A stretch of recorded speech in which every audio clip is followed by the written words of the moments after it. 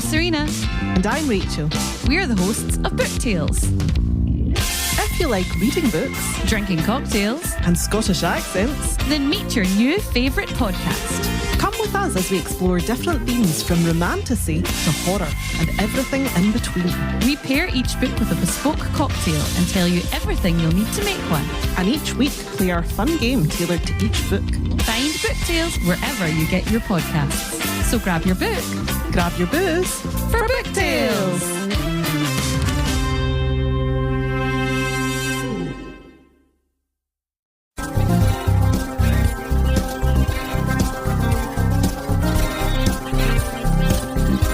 Hi guys, I'm Bri. And I'm Alli. This is Offscript. If you think about it, books are potential scripts for movies. When this adaptation happens, typically it's disappointing because they went off script. In this series, we will be talking about how off script they went.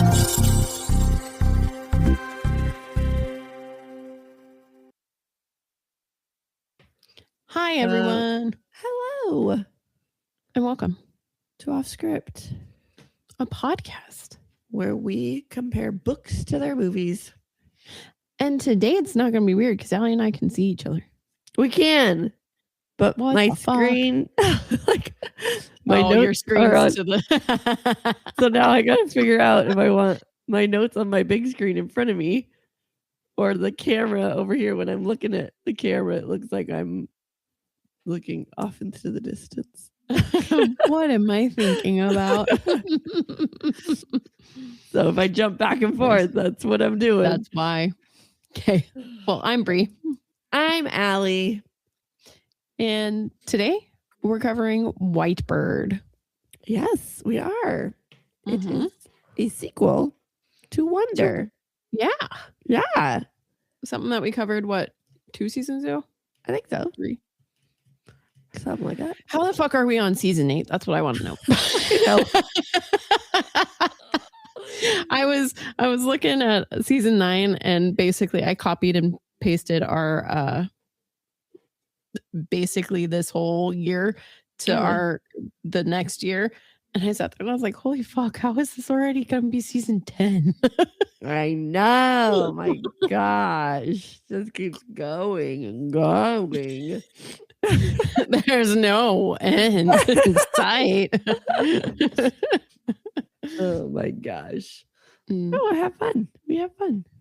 Yeah, we do. Oh, I have to ask you a question because that me saying that kind of reminded me of it. Yeah. Do you and John say I have big brain? No. I have big brain. Oh. Big brain. I mean, we talk like that where we drop words. I know. And I feel like I've heard John say, I have big brain. Or Okay. big brain. Why? Riley says it all the time. And I'm like, where did you get that? And I'm pretty sure Oh, it's got to be Cameron- fucking John. it might be, but I think Cameron used to say that. I have big brain. But I Yeah. can't remember. But I'm like, am I just thinking Cameron used to say it? Because I know John and Bri talk like this sometime. So I don't know. So I was like, I'll ask. But if it wasn't Well, flat out, yes, we do that, then I'm like, I don't know. Maybe it, I don't know. I know. But what's hilarious is I feel like you literally just said that to me the other day. I swear I've heard him say it before. I actually think you're right. Yeah. You're going to notice it all the time. I know. It's like the reason why I stopped and was like, what the fuck? No, was because that's not one of the sayings that he says that I think about all the time. And I don't think I say it because I don't think I'm that smart. She says the most pointless things. Like, what did she say it today? I don't even know, but it was something obvious. And she's like, I have big brain. I was like, okay, really? That's hilarious. Well, it's funny. But anyways, all right, back to the episode. I guess that could be our picture. Yeah, I think that's exactly our picture. Okay. So I guess our trigger warnings, I guess, you guys, this is about the Holocaust. So Big sad. yeah. So do with that as you will. But here's our synopsis. A Jewish girl named Sara Blum was hidden by her classmate Julien and his family during the Holocaust in Nazi-occupied France. Our author is R.J. Palacio, director Mark Forrester, screenplay writer Mark Bombach. Mm-hmm. All right. So this book came out October 1st, 2019, and the movie October 4th, Wow. 2024. 5-year difference. Almost exactly. Almost exactly. How crazy is that? Yeah, I don't think we've ever had any that were that close to their like release date. Yeah. Yeah. Pretty cool. Yeah. Mm-hmm. And what did you do first? I watched. Nope, I read it first. I watched it first. In my head, I was like, you read it first. You read it first. And I think because I hyped myself up, I said I watched it first. Oh, that must be. All right. What do you think of it? It's sad, obviously. Loki's sad. Really? I really liked it. I thought it was good. Both. Yep. It was good. Mm-hmm. Mm-hmm. This was like the first one I did this season. So I've been kind of waiting to record. Yeah. This was a very like, it's because it was a quick and easy book to record. But what happened was I started to get behind on like, I kept doing things super far ahead of us. Yeah. That I started falling behind on what we were actually needing to record. So then I was like, Whitebird is one of the ones that's far on our list. I'm not getting to that just yet. And I'm over here like, oh, I'm already done. That was one of the easy ones for me. Bri, can we do it? That's all right. So we'll see, because it's been about 7 months since I read this one. So let's see how we do. So why did we pick this? Because we already covered Wonder.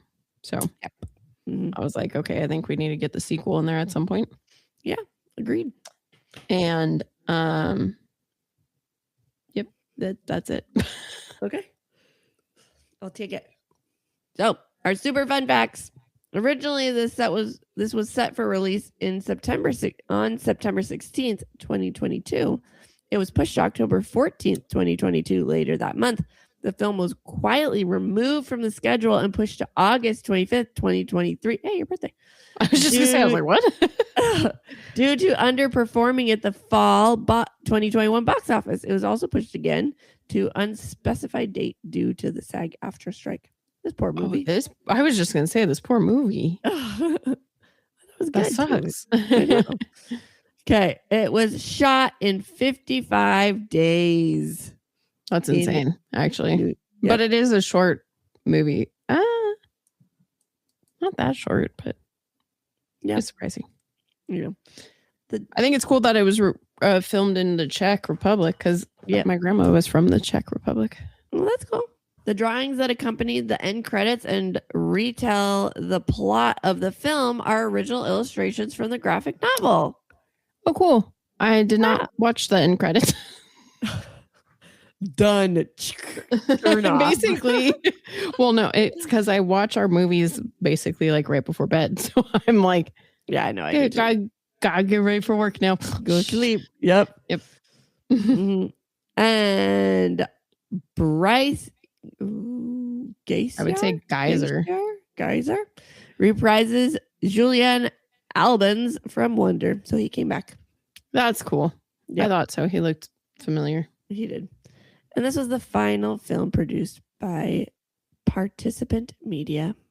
I feel like there were not a lot of fun facts because I would not have normally picked that one. So I know. I had never even heard of that production company. So, well, they're no longer. So yeah. So can't be looking forward to them. Nope. All right. So let's do it. Ready? Yes. Okay, so Julien calls up his grandma who lives in France, and he's doing a project for school, and he wants to interview someone about the time of the war. And he knows she's already told the story, but he's hoping that he can tell her more, or she can tell him more with more detail. Okay, here's our first big difference. Grandma's coming for a visit, and Julien's not needing to do a project to find out about the war. grandma's just like, you were a fucking dick to a kid who needed some kindness. And let me tell you how kindness can help a person out. Yes. Yeah, I guess you should start because he's getting all punk. Like people hate him at school, right? Because he had to transfer schools because Wonder, He was an what was ass. his name? Augie was like his mom made him transfer, right? Is that how the Wonder ended? I can't remember. So he transferred schools to get away from Augie, and he was just feeling bad. And then all these kids knew he was a jerk to this kid, Augie. and so they're all like, "You suck." And now he basically like he also was basically like not trying to talk to anyone because he was trying to keep it low profile. Yeah, but now he knows how it feels to be bullied, and his grandma's gonna be like, "I'm gonna teach you even more." Yup. Could you imagine? You're getting bullied, huh? You need some kindness, huh? Well, let's talk about how you were like this first and why it's come a long way. You suck. Let me tell you about it. All right. So she tells him a story about how her father would sing a song about a white bird.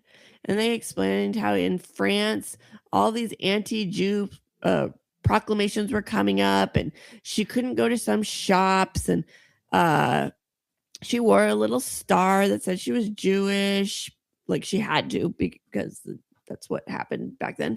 But she got used to it, whatever, because this wasn't in Germany, it was France, so it wasn't as bad. Like she was just dealing with it. But then she gets a letter from her aunt and uncle in Paris and said that they want to flee to a free zone, and they never heard from them again. So they don't know how that went for them. Probably not good if they still haven't heard from them. Her mother ended up losing her job because she's Jewish, and things started getting a little rougher. Everything except for the aunt and uncle in Paris happens. Okay. So the girl went to this main school. She's a really good student. I think a girl. It's her as a younger brother, Yeah, right?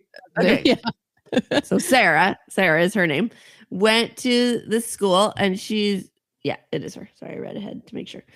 Yep. She's this good student. Like she just didn't like math, and she's like, nah, whatever. But she loved drawing. And so as she's in class, she sits next to this boy who has polio. And this whole class is horrible and calls him, Tortoro, something like that. What is it? You want to go watch Studio Ghibli, Totoro? Totoro. Well, what did they call her? It's Tortao or something like that. Not in the audiobook. I listened to the audiobook. Oh. I did too 7 months ago. I love that. Not in the audiobook. Just kidding. All right. Well, whatever. They called him the French word for crab, whatever it was. You would think I'm just Duolingo. Yeah. Nope. I've only just like, what am I learning right now? Actually, right now we're going over my weak points, but I know like your weak points. Feel like you are very weak at this. This is what you suck at. No, I've been learning a lot about like how to talk about the months and the weather at the moment. That's what I'm working on. Except for my favorite is French has started. They do flashcards where they want you to say the thing. And if you say it incorrectly, they'll say it to you. And John fucking loves it. He'll be sitting next to me while I'm doing it. And I'll be like, bo. And it'll say I got it wrong. And it's like, bo. It does that with every fucking word. And it says I got it wrong. And like the first time it happened, John just sat there laughing so hard. That is funny. Okay, here, let's see. Crab. No, that's not right. Well, that's crab in French. So do you hear it? Crab. Crab. Crab. Wow, crab. So they lied because they definitely put tort. They put something like that in French meaning. Oh. That means it too? Mm-hmm. Sure does. Make it say it. Can I hear it on your end? Probably can't. It also says crab. Weird. Uh-huh. Okay. Whatever. Oh, look, but hold on, let me try that one. Le Tortau. Where is that? It also is oil cake. Oh. Let's see if oil cake will. They call him oil cake. Torto. Torto. Okay. Mm-hmm. Not Totoro. That's Totoro. the big. Have you seen fluffy guy, like a little anime? Yeah. Mm-hmm. Yeah, that makes sense. That's what they called him. Little fluffy guy. That would be better. So, except for apparently they were calling him oil cake, not crab. Yeah. Okay, poor kid. Well, they leave. So they call him that because, you know, he's polio and he has trouble walking. So she leaves her sketchbook in class and he brings it to her. And it was this other boy, Vincent or something. Is that his name? Mm-hmm. Okay. Everyone thought he was so dreamy and so cute. And he comes up to her and asks what the cripple wants. And she said, he was just giving me my sketchbook. And he looks at the pictures and he's like, yeah, you're pretty good. And then he flips for a few and he sees one that she drew of him. And then he's like, for a Jew. And it's like, oh, we all thought he was going to be good and he sucks. And so she goes home quite devastated. And at the very beginning of the flashback story, when grandma was younger, they talked about like there's wolves in the winter and like in the woods and stuff, which are spooky. Oh yeah, that is important. Yes, it is. That does happen. Except, can I just say the kid who was supposed to have polio didn't really seem like he was that much. Like if he didn't have a crutch, I wouldn't have thought he would have had polio. Yeah, because he only had one crutch in the movie. Mm-hmm. Doesn't he have the two poles in the in the book? Mm-hmm. Yeah, mm-hmm. Which is why he looks even more like he's walking like a crab, which I thought was hilarious because in the movie he used the one crutch and like almost stuck it out super far. Oh yeah. Yes, they could have done that a little better. Mm-hmm. Okay, so Sarah's dad asked her to continue. Hey, keep wearing these winter boots to school. And she's like, Dad, I have these beautiful, cute little ruby red slippers. I don't know if that's what they were. They were red shoes. And but I thought Wizard of Oz too. Okay. And she's like, I'm going to wear these. And he's like, no. I need you to wear your winter boots. And she's just not getting it. So what she does is she's like, okay. And she wears her boots out. And then when she gets to school, changes them. Well, bad choices, because that day the principal called the teacher and the teacher came back and asked a couple of her students to come with her. And one of them was Sarah. And the Nazis were coming and stealing children. Sounds familiar to some things. Anyways, and they had to run and they had to sneak out in the wintry, snowy wonderland. And Sarah doesn't have her boots on. Sucks. Mm-hmm. Yeah, this does happen, but like in the book, Sarah went, "Oh shoot, that's why I need my boots." Whereas in the movie, she just is like, "I don't have my coat." Yes. And then she didn't want to get her boots dirty, so she runs to the bell tower. So she doesn't even run away like all the other kids, which in the end was good choices, but sort of. That part didn't happen in the movie because she wasn't worried about her boots. So the principal let the Germans know that none of the kids on his list showed up to school that day. How fascinating.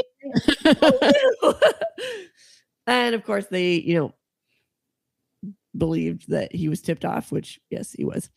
And Vincent yelled from the building. They all ran. Oh, they believed that all of the Jews were tipped off. So no, not that the principal tipped him off. But then Vincent yelled from the building. They all ran into the woods. And because he sucks. And they ran out and they got them all. And the teacher jumped into the car with the kids that were going to Auschwitz or wherever they were going. And she's like, no, they're my students. I'm like, you go teach. I think I like to pride myself on being a good teacher, but holy cow, that would be so scary. I mean, yes. And so, because this is like only maybe like a handful of her students, all her other students are still in But I think she's thinking these are the minority that don't have anyone standing up for them at the moment. I know. I love that actually. I'll strive to be like her one day. Yeah. Hopefully we don't have to strive. Hopefully we don't have to do that. Yes. So in the movie, a good majority of that happens. The teacher doesn't end up staying with her kids, which made me kind of sad. I was like, oh, teacher just dipped. Teacher was like, let me go back inside. Did she really? Here. I thought she stayed. No. Oh. Once the kids were outside, she went back in and was like, kids, get away from the window. And like was trying to get those kids away. Yeah. Oh, that's and then, right. Yeah. Yeah. I was like, oh, but that was one of the best parts of the book. Like when the teacher stayed, because that was like the first time she felt like she had someone there. But whatever. And I felt like the Nazis, like, I don't remember Vincent yelling out the window. He might have, but I feel like the Nazis like almost immediately saw them and just ran into the woods. And then it felt very much Deathly Hallows-esque to me with the kids running in the woods and the Nazis coming after in the them. movie. Yeah. Yeah. And then they never got in the car. It was just all in the woods. And then Sarah was hiding in the woods and Torto found her almost instantly. So Sarah stayed in the tower till she knew she had to move or she was going to be seen. Then she heard footsteps coming and it was Torto. And he said, come on, let's go. I have to hide you. And she like has no choice. So she's like, okay, I'll trust you. And he brought her down to the sewers and they walked and it was freezing. He offered her his jacket and then they walked to his house. And they said, we have to be careful because my neighbors are super nosy and we think they're Nazi spies. This happens, except for it's not in the tower where Torto finds her. It is in the woods. Which also at that point, then, why is Torto out in the woods? Why is this kid with polio out in the woods looking for her? Wandering around. Yeah. Just out for a stroll. Good question. So he got her to the barn and it's like a super sketchy barn, but you know, it's better than nothing. And so she kind of sits there and is like, I don't know how to thank you. And she calls him Torto and he's like, well, you can thank me by calling me my real name is Julien. And when I read that, I was like, Julien, because that's her grandson's name. And so, and that's what she named her son, and his son named his son. So it's a family name. Yeah, it is. I literally just watched this the other day and I don't think she's like, how can I thank you? I think she just says like, there's no way for me to thank you or something like that. And he's like, well, you could thank me by calling me Julien. So that conversation happens just differently. Yes. So Julien brought his parents back and they made the whole barn like nicer and she could hide and no one would know. They put hay bales and up and everything. So she had a little hiding nook. And Julien's mom hugged her and said, don't worry, you're safe here. And in that hug, she knew she probably would never hug her own mother again. And we learn her mother's backstory. And she was brought to Auschwitz and there she died. And then we're back to Sarah. And she's locked in the barn all day long, and especially during the day because the neighbors are watching out their windows and they've become very reclusive. We don't find out about her mom until pretty much the end of the movie, but the rest of that does happen. Julien would bring her math homework so she didn't fall behind and they'd work on it together. Aww. Yep, they do that. One day, Julien went to the headmaster's office and he found Sarah's sketchbook and he brought it home to her. This was a mistake, though, because he was followed by Vincent and his sucky friends. And he had to quickly act like he was working on a car in the barn because they saw him go in the barn. That happened, but he didn't make it look like he was working on the car. He just kind of was like, "What are you doing? Get out of my barn." So they cornered him and he's like, they're like, "What'd you take? What'd you take?" He's like, "I just left a book in the office. Like, I just took my book." They didn't believe him. They beat him up. Eventually, Sarah wanted to help, but she didn't, know what to do. But luckily, bats started flying around. And the boys ended up running off and they ran down and Julien told her to get back up and hide. And she wanted to help. And he freaked out because he's like, "This is more than just you. If they catch you, my family's in trouble too." And she didn't realize that. And he's basically yelling at her, "Stop being selfish," type of thing. And because she's been selfish for the last 3 years. And she's like, "Oh gosh, I never thought of that." This happens except for the bats. They come out because Torto calls out "La vie bohème" or something like that. I don't think it's that because that's a happy thing, but yeah. It's like, come to me, you pretty bat boy. All right. Much. So Julien and Sarah had a real heart-to-heart moments. And he basically said, "I'm so embarrassed that you saw me cry," because he started crying about it. And she's like, "Why are you embarrassed? You're so brave." And he's like, "I got crutches. That doesn't make me brave. It makes me walk." And she's like, "Oh, don't you mean that makes me weak?" Awkward. No, the crutches help him walk. They don't make him brave. Oh, yeah. Duh. Okay, now like, I'm with so you. Brave. You walk with crutches all the time. He's like, "Yeah, because I have to. That's not what makes me brave." And she's like, "Oh, it's awkward." Should have thought that through. Yeah. And they go back to normal. They start playing cards and laughing together, and they just start growing and bonding. I mean, they have a bunch of heart-to-heart moments in the movie. In the movie, they basically start playing make-believe together in the car that's in the garage. And those are their little heart-to-hearts. So it's Sarah's birthday, and Julien's parents saved up money so they could make her a chocolate cake. He also gave her a white bird that he carved because she told him the story.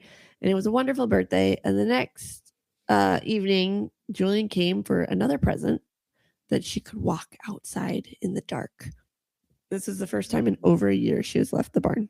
I don't remember in the movie it being her birthday, but I do know that she does get a carved bird from Julien, but it's also not a white bird. It's a wooden bird. Yes. I don't remember if it's her birthday or not either. I don't think it is, but I'm also like, I can't remember why he gave it to her then. Yeah, I don't know. Just because he liked her. Hey. John, where's my white bird? Yeah. So they had a wonderful night, and he asked if this, after all this is done, before he could even finish, he's like, "So after all this is done?" And she's like, "Yes." And then they had a long kiss, and that was the last night she'd ever see Julien. I got some Stephen King stuff in there, just telling us right away. Death is coming. Death is around the corner.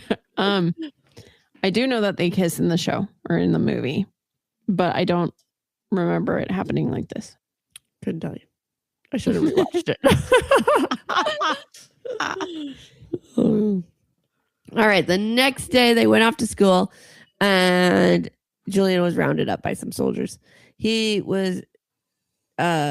were taking people from the hospital to go take them to Auschwitz so that German people could be in the hospital that need be. And the punk kid, Vincent, saw him, and Julien, he saw Julien drop his bags, and in his bags was Sarah's sketchbook because she had given it to him as a gift the night before as a thank you for being amazing. And he put 2 and 2 together and he went back to the barn and he started shooting up the barn, creating holes in the roof. And Sara was able to sneak out. But then he saw her and he chased her into the woods. But there, justice, because he was eaten by a wolf. Ow. Ow. The hospital part does not happen. Julien gets picked up at school with a bunch of Jews just because they're like, you're there, you're going in that car too. And then Vincent does go and find Sara and chase her into the woods and then die. Yeah. Sucks. Mm-hmm. Sara went back to someone's house, the neighbor's house. Mm-hmm. Whatever their name is. Lafayette's. Mm-hmm. One of those. Do you remember? No, I don't. My voice to text said both of them, so who knows? And they brought her in because she freaks out first because she's like, oh my gosh, they're going to report me. But then they're like, come in. Because they are also hiding Jews. So they've been so freaked out because they've been keeping a couple Jews safe, just like the neighbors. Oh, if only they knew. They could have just they could have had better like time. Dinner parties. Yes. Like, yeah. Dang. Yeah. In the movie, after Vincent dies, she's freaking out and she runs to try and find Julien's parents, but they're not there. So then she ends up going and knocking on the neighbor's door. Which I'm like, if you were that would be the last thing you would want to do. But then she knocks and the rabbi comes around the corner. You're like, oh, Sara. Mm-hmm. Yes. So as Bri just said, her old rabbi was there, but they're off to Sweden because that's like the safety spot right now. And they're like, you have to come with us. And she explained everything. And when Julien's mom got there, they raced to go find him. Not Sara, the neighbor and mom. They even gave her some savings so that she could bribe the guards and get Julien safe. Yep, that does happen. So by the time they get there, though, the road had been closed and the captors were like told to walk now. And so some of the captors decided to make a run for it. And because of that, all of them were shot. And Julien's body was never found. Yep, that happens. Sadly. Sad. I know Bri texted me and she's like, Julien dies? And I thought she was talking about like the kid Julien. I was like, no, what the? When? Because I had put it together that he was named Julien after Julien. I was like, oh, duh, then this is Grandpa. Grandpa. Yeah. And then he died. And I was like, the fuck? Yep. I thought the same thing. Okay, so time went on and the war finally ended and Sara found her dad and he had gotten a job in Paris and he had been looking for her forever. He was so grateful for Julien's parents and saying goodbye to Julien's mom was one of the hardest things she's ever done because she basically was a mom to her now too. And this happens and this is where you find out about Sara's mom. It's back to present day punk Julien and he's talking to his grandmother and he's like, I don't understand how that happened. Like, how could 6 million Jews just be killed like that? Why didn't anyone stand up for them? And she's like, exactly. That's why it's important for your generation to know what's going on so that we don't let this happen again. And a month later, she sees refugees being denied and families being torn apart, and she's in shock. But then she sees a little bit white bird in her window. And then on the news, she sees Julien holding a sign saying, never again, or don't forget, or something like that. With a little white bird lands on his sign. So yeah. In the movie, Grandmère is a famous artiste. And she's going and she's giving a speech to a big group of people. And basically she's like, we must stand up for the little guys. It was very surreal reading this story with all that's happening in the world right now, though. I was like, oh my gosh. It's a little too close to home. It really is, especially this last chapter when it's like, Don't let it happen again. Guess what we're doing, unfortunately. Quite a scary time. Mm-hmm. But we're not getting political on this podcast, so let's move into cast. I hate politics. Yes, I do too. Okay, so the movie cast 69 people for this movie. Yes. Oh my gosh. It's better than 6, 7. Exactly. Dumbasses. Oh gosh. All right. So we have Bryce Geyser. Is that what we said? Played Julien. He was good. Normal kid, Julien, I guess. Mm-hmm. He was good. Yep. Helen Mirren played Granmar. I love her. Wow. Yeah. I love her is what came out. I love her. She was good. Mm-hmm. Ariella Glacier played Sarah. She did good. She was a cute little girl. She was. Orlando Schwart. Mm-hmm. Julien. Like I said, the only thing I wish is that he looked like he actually had polio. But other than that, he was good. Mm-hmm. And we'll do Jem Matthews plays Vincent. He was really good. He was. He made you sad that he was so good looking, but a jerk. Sure, he was a punk. Is the theme of the book and movie the same? Yes. Yep. Do the characters stay true? Not the teacher, but everyone else. Yes. Yes. What do you prefer? I think I prefer the book. I think I do too. Mm-hmm. Yep. Yeah. I like it. Do we have a why? I just like it. I like both of them, but I think I like the book better. For me, the books, I mean, they're the same length, but to me, the book felt quicker. Oh, that's why? Because you didn't like them at all? I didn't like the movie. The movie was too long. That's the parts that I don't remember are because I most definitely was either scrolling on my phone or was like, oh, I'm hungry. I need to go get a snack. Got it. So would you recommend it? For the fact that I think humanity needs this, yes.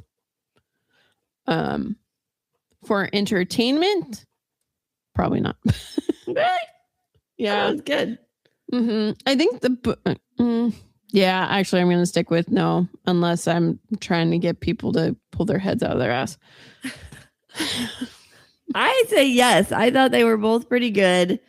But I just like the book a little bit more. Yeah, I get it. Sneak peek. We have a sneak peek for you. Sneaky peek, yes. We have a website first at offscript253.wixsite.com/offscript. Yeah, while you're there, you could maybe give us a rating. We would love that. Or subscribe. Mm-hmm. That would be even better. I think you can review things. We would love that. We'll read nice reviews on the podcast. Yes, we will.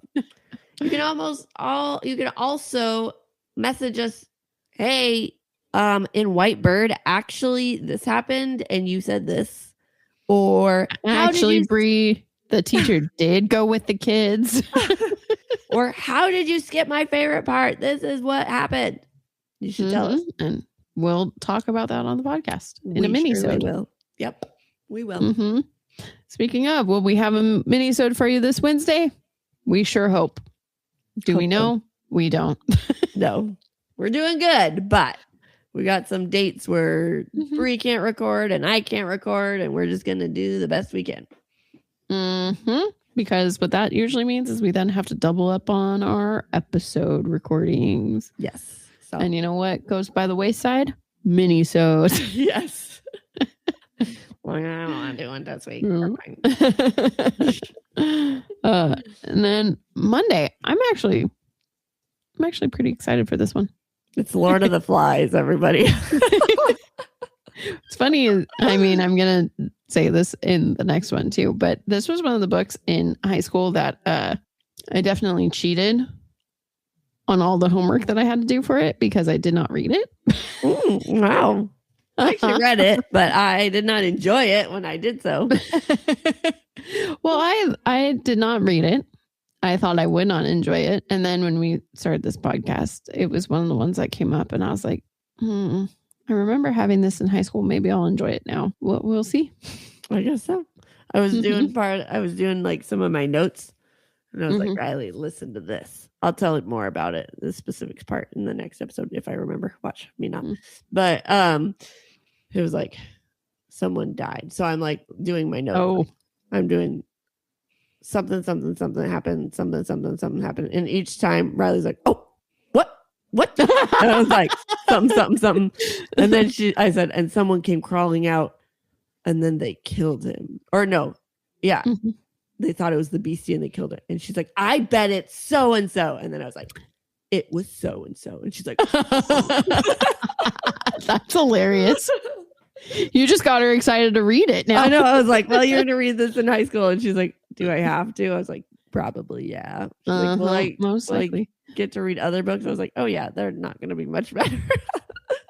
Hey, she might like the Gatsby. I mean, that's Great the same Gatsby. thing. She might like that one. Yeah. I was thinking like the Scarlet Letter. And I'm like, what other books did I read in high school? Yeah. Actually, Scarlet Letter's on our list to do too. Oh, really? I didn't know it was a movie. Yeah. I remember not hating that one. The only book I ever read in high school is The Great Gatsby. And then my chapter of The Grapes of Wrath. Isn't that fucking hilarious? The bookworm here fucking didn't read the books that were assigned to her in high school. But yet, the one year I decided I'm going to do honors English with Bri, and we had to read a book over the summer. She chooses Moby Dick, the freaking longest book ever. And I'm like, are we serious right now? And I had to read this because it's a classic book. And it was horrible. It was awful. Tell me how I was in honors English when I never read a single fucking book. Oh my gosh. It was awful. I was like, I'm not doing honors next year. I don't give a crap. This is the worst. Yeah, no, I did it. And I did not read any of the books assigned to me in class. Oh my I always used friends' homework. And so then you watched it first. Lord of the Flies? Yeah, are you counting you reading it first? I haven't read watched it this yet. first time. This time. Well, also, okay, so here's the fucking hilarious part of this. So I didn't read it, but every day in class we would talk about what happened in the chapter. So I remembered especially what's the weirdest part of rereading this for me is I remember what was taught about the book, which is weird because I remember her talking to us about the themes that come up during certain parts. Symbolism. Or exactly. And notice that at this point, that's the downfall of everything. And this is when everything gets degrading. And I remembered that person died. And so I remember bits and pieces. So it feels like I've read it.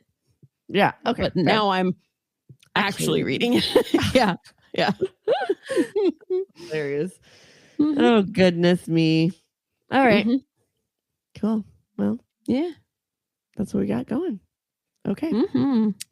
So with that, White Bird went off script. Bye. Thanks for sticking with us. We hope you enjoyed it. If you did, we would greatly appreciate it if you gave us 5 beautiful stars, reviewed, and subscribed. You can also follow us on Facebook at Offscript, on Instagram at Offscript Podcast 21, and on TikTok at Offscript_pod. Shout outs to Madame Ashen Creations for our adorable logo art.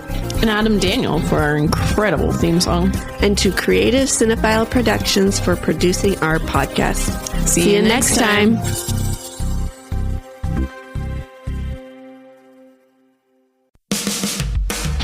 Hi, I'm Serena. And I'm Rachel. We're the hosts of Book Tales. If you like reading books, Drinking cocktails, and Scottish accents, then meet your new favourite podcast. Come with us as we explore different themes from romantasy to horror and everything in between. We pair each book with a bespoke cocktail and tell you everything you'll need to make one. And each week, play our fun game tailored to each book. Find Book Tales wherever you get your podcasts. So grab your book, Grab your booze for Book Tales.